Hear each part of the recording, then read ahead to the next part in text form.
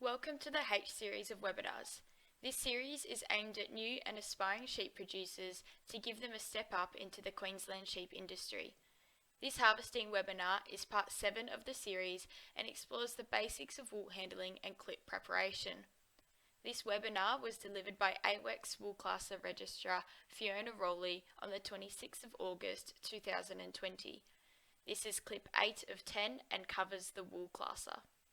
So the next responsibility of the wool classer to have wool sold at auction is to have a registered wool classer prepare the wool. The registered wool classer is issued with a stencil. When wool is classed by a registered wool classer, it's assigned a wool preparation category of P, which is published in the sale catalogue. So P means classed by a registered classer and meets the Code of Practice preparation standard. So that within the industry is seen as the most uniform, risk-free line of wool that you could purchase. A D certificate is wool that's been put together by someone who's not a registered classer, or the contents of the bale doesn't meet the Code of Practice.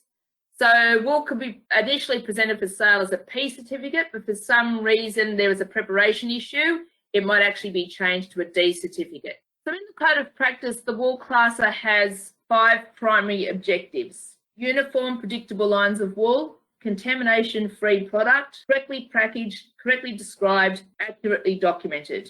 So what I've done here is I've just attached the grower responsibility to how the classer can meet those objectives. So the objective of uniformity would be from the mob concept, the way those sheep are presented for shearing, and the uniformity of the mob. Contamination-free, we're looking at sheep being presented for shearing that are crutched, the shed's been cleaned out, they're not running with pigmented or methylated sheep. The grower becomes a direct impact on the classer meeting these objectives. Packaging, we're looking at the weight of the bale being between 120 kilos and 204 kilos. But that 204 kilos is not an on-farm weight, that is at testing. So on farm, we recommend that wool is pressed no more than 195 kilograms to allow for the inaccuracy of the scales and also for weight change during transportation. The length of the bale is 1.25 metres, which is 2 full farm bales on a truck end to end at 2.5 metres, which is the transport requirement for a load width. The top of the bale must be levelled off so that when it's tested, it's not tipping within the core testing facility.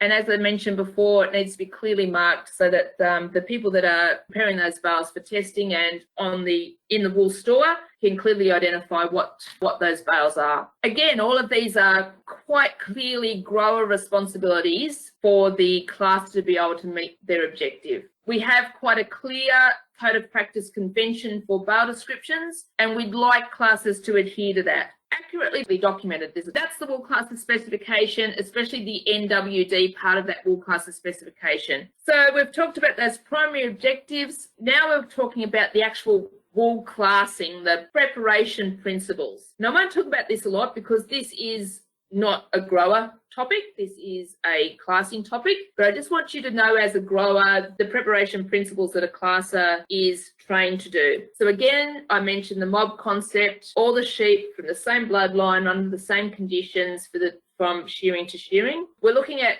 age separation. So lambs is wool that's not previously shorn under 50 mils. Weaners is wool not previously shorn over 50 mils. Those sheep aren't eligible for darker methylated fibre rating. But then our adult sheep are from first shearing through to 8 years. So those age separations important for the documentation for the NWD and getting that darker methylated fibre risk rating. So that's important to have those age groups separated. Again, I mentioned about the class of being able to build lines across mobs so that you can optimise that number of bales that are being presented for sale. And skirting. It is a requirement of the Code of Practice that all fleece lines are skirted. Now, when we talk about skirting, I actually mean presented skirting free. So whatever level of skirting that you need to do to present those fleeces free of frib, that's what we deem skirting to be. It's not a predetermined level.